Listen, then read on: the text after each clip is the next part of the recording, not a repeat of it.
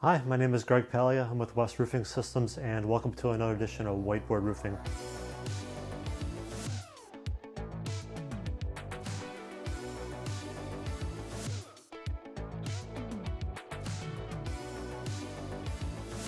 Today I want to talk about off-ratio spray foam and some of the dangers with it. So first off, what is off-ratio spray foam? Off-ratio spray foam is anything of spray foam that's not sprayed in a 1-to-1 ratio. So spray foam has 1 part iso, 1 part resin. If that's not a perfect 1-to-1 ratio, that's off-ratio spray foam. There's a lot of ways that contractors out there, spray it. It's not a good thing, but ways they do it is, they don't clean their materials or their machinery often. They spray in the wrong temperature ranges. They don't adjust the heat gun. The most important thing is the guys will come to your roof at 8 in the morning when it's 50 degrees. Well, at noon, that could be 70 degrees, and they don't adjust the temperature ranges on the gun to make sure they're still spraying the ratio of foam out there. And it hurts businesses financially a lot. So say you got a new spray foam roof, you just paid for it, and you budgeted, this roof's gonna last you 15 years. Well, after 3 years, you see the roof doesn't look right, has blisters, it's leaking.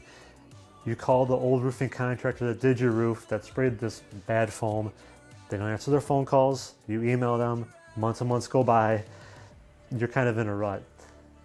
You were expecting this roof to last for 12 more years, but you need to buy a whole new roof today. Huge financial burden on any company, and we don't want you to have to ever go through that. So I wanted to give you some tips on hiring a good spray foam contractor. And the first thing is, they've been around for decades. They're not just here for 1 year or 2 years. They've been around for decades. They've been around the block, and they're not going to disappear after they do your roof. The next thing is they have certifications from the SPFA, which they might have master installers that have done 500,000 square feet of spray foam already. They have project managers who have managed over 500,000 square foot of foam. But this is just a little differentiator to separate the new guys from the guys that have been around for a while.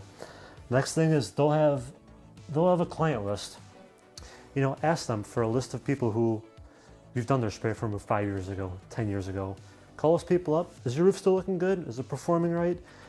That's a great way to find out if that roofing contractor sprayed good foam or not.